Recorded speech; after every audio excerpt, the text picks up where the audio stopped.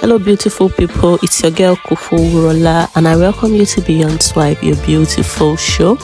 And yes, we always talk about relationship matter. You can't leave this show without learning one or two things. With me here today, it's actually a phone call with a psychologist who will be doing justice to some questions you have pertaining to relationship issues and self-love. Today we have Mr. Daniel Odekunle on the phone with us, and he'll be doing some justice to the questions you have in mind. Sit back, relax, and enjoy. Thank you.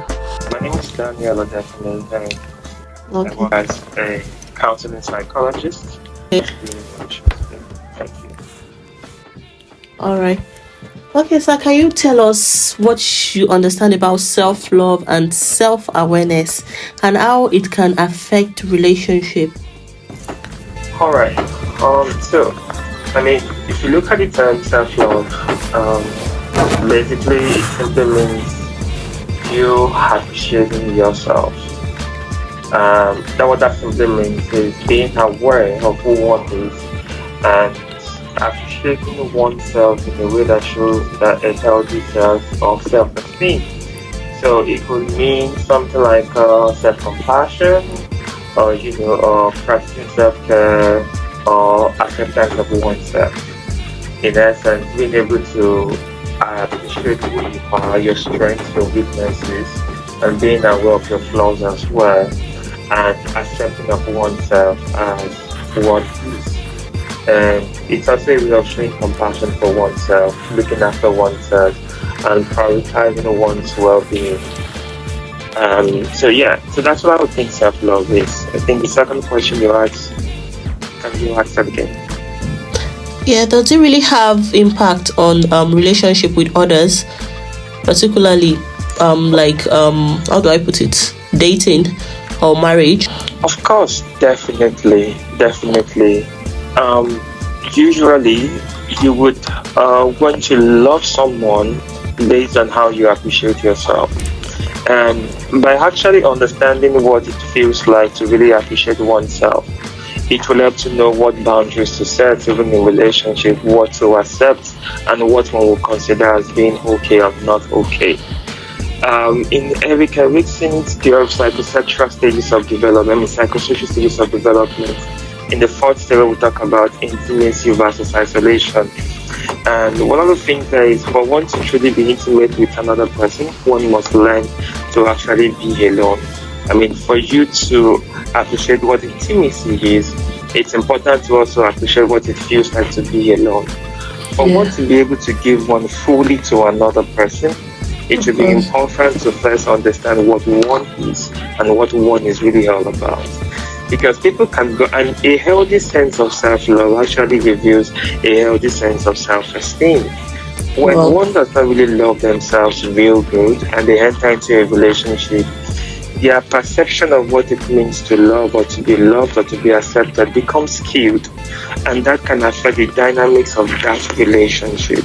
It's like entering into a dating relationship with an unhealthy sense of self-esteem. And when one enters into a relationship with an unhealthy sense of esteem, it definitely affects how one is able to accept or to even give love to the other person. Wow, thank you so much. This is so insightful. People usually say there's a thin line between self-love and selfishness. Please, can you give me an explanation of the difference between these two? Self-love, I know in society today has been used, some have abused the term to actually mean self-indulgence at the expense of another person. And of course, selfishness is when you prioritize your own needs above other people. It's almost like saying my own needs are more important than any other person. And that's what selfishness would really mean. If I'm to describe selfishness, I would say that's when you consider your own needs to be much more important and of greater value than the needs of other people, or when you think about yourself more, irrespective of the need of the other person or at the expense of the other person or other persons. Now, but when it comes to self-care, when it is used in the right sense, it's almost like saying my needs are just as important as your needs do. So, but if I'm going to be able to serve you well, I need to also be able to take care of myself. I need to look after myself. And if I'm well, then I'll be able to give of myself to peer society or to other people. So I think it's just understanding that self-love is basically having a healthy sense of awareness about your own needs Self. and looking after them and looking after yourself. And it shouldn't come at the expense of other people People. or other people's needs, or it shouldn't come at the expense of disregarding the needs of other people. Why I would see selfishness is when you prioritize your own care, your own need, because for somebody who is selfish, they care about themselves, but it's just that to the extent that other people's needs are disregarded or are considered to be of less importance.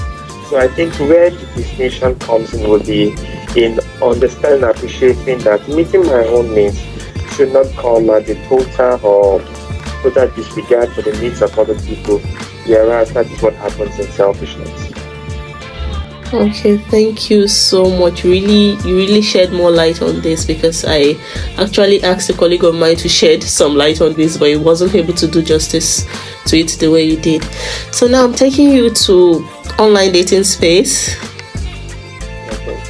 Yeah, I just want to ask you, are you very familiar with the new AI dating app that is up? Yeah, well, I'm quite familiar with online dating app, and so AI assistant doesn't really come up as totally strange to me. Okay, so about the features, the some of the features of this AI dating is that it can actually match people based on the algorithms of your chats, match you to someone of your interest. Do you think this is something forthcoming? Do you think people can actually get match like their own spouse using this AI metrics? So I will answer the question this way. I don't know what statistical research has been done to actually inform the parameters for which AI is being used. But let me say this. I know research has established that certain traits, certain personality traits are more likely to be attracted to people of certain personality traits as well too. So that has been established by research that people who are of certain personalities or particular traits are more likely to be attracted with people, for instance, things like similarities, right? And also cultural perception about beauty and all of those things. And of course, from an evolutionary perspective, certain people with certain characteristics have been seen to be preferred than other people who do not possess such characteristics. And I would say, yes, I think it works, it can work, provided that the AI algorithm is also based on evidences of this research that, yes, because we do this intuitively, usually. When we see a person, we actually are like, we don't really know why we like this person, but I like this person. But in the real sense, there are certain characteristics that we actually must have seen in that person that actually, made us to be attracted to that person, which oftentimes we are not aware at a conscious level. But I think these are the things that are taken into consideration in developing AI tools that are used in online dating to actually match people. Yes, so I would say that to the extent that this algorithm, the AI algorithm, is based on these research findings or established research findings, then I will tell you that yes, it can work. Okay, thank you so much. I also want to ask you a question about swiping. What psychological factors make swiping addicting, and how can users maintain balance? This dating apps, they are more of swiping and swiping, leading to swipe fatigue. Yes, well, that would take us to research on attention span and the kind of, if you look at the way the social network algorithm are based, they are based on trying to capture human attention. We find out that the average person can only maintain attention span on social media for a short period of time. And as such, once a person looks at a particular image, if they do not really find something that jumps at them immediately, they are likely to swipe. And of course, as because of conditioning, over time the swiping, behavior has then be attached to, some form of behavior in the mind of individuals. So we get so used to, we're more like a swiping, generation now, because that is the way to actually interact with digital devices today, where you just swipe and all of that. And because of dopamine surge, when we find something that is attractive to us, there's a sudden surge of dopamine, and of course it's like we are chasing a high. Then we're looking for the next interesting thing that will capture our fancy, just to release the next surge of dopamine in our brain. So oftentimes when a person swipes up, and if the content shown on the screen at that particular time does not provide enough stimulation to actually get a person high, so to say, we swipe looking for the next one. So we keep swiping till we find that thing, and then we swipe again once we exhaust that particular content and all that. Yeah. So I'm just trying to provide just some explanation in understanding how fatigue sets in, because it's like you're chasing a high and they are looking for the next interesting content that will actually provide some kind of mental stimulation, which is associated with the release of dopamine, the pleasure and neurotransmitter that is found in our brain. Yeah, so that's what I can say about that. Thank you so much. Then I have one more question for you. How can people build genuine emotional connections when starting relationships online? So when building connections online, it's important. I know there is a thing about physical presence, but for long distance relationship, I would say a couple of things are very important when it comes to navigating the world of relationship. And of course, you need time, you need affection, you need attention, and maybe in some cases sex. Now, which may not be so appropriate,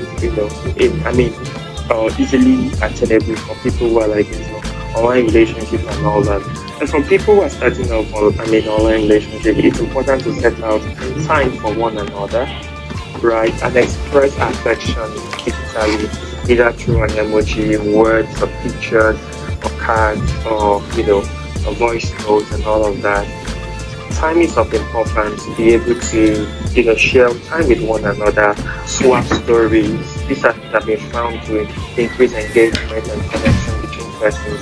Swap stories, spend a lot of time for one another. So you both might be working on something, but set out a time where you both can be together, where you can swap stories, talk about your day, express affection with one another, and swap stories. Involve the other person in your day, even if you're not there physically, but you know what they are doing, you know what they are into, you know what their day is looking like. Send random text messages, random pictures of what you are into. So the key thing there is being able to spend more time as much as possible, where there's attention to one another and there is lots of affection exchange and all of that going on. And this engagement builds connection. Swap stories together. These are things that are likely to build connection, emotion, and affection between partners, even if they are doing online dating. Thank you so much.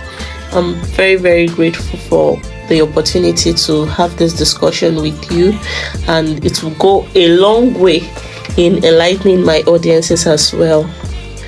Thank you very much for your time. I'm so grateful. Thank you. Have a lovely day. The pleasure is all mine. Thank you. Thank you. Thank you. That was Mr. Daniel Odekunle on the phone, and he is a psychologist. He shared a lot of insight with us, and I hope we all learned a lot from today's episode. Remember, Beyond Swipe is proudly sponsored by Mingo. Ensure you follow Mingo on all its social media channels. If you know you like what we are doing and we are doing it well, please give us a like and encourage us with your comment in the comment section. Also, subscribe to this channel, and remember, if you are a single Pringle, join the Mingo app. Thank you, and do have a lovely day.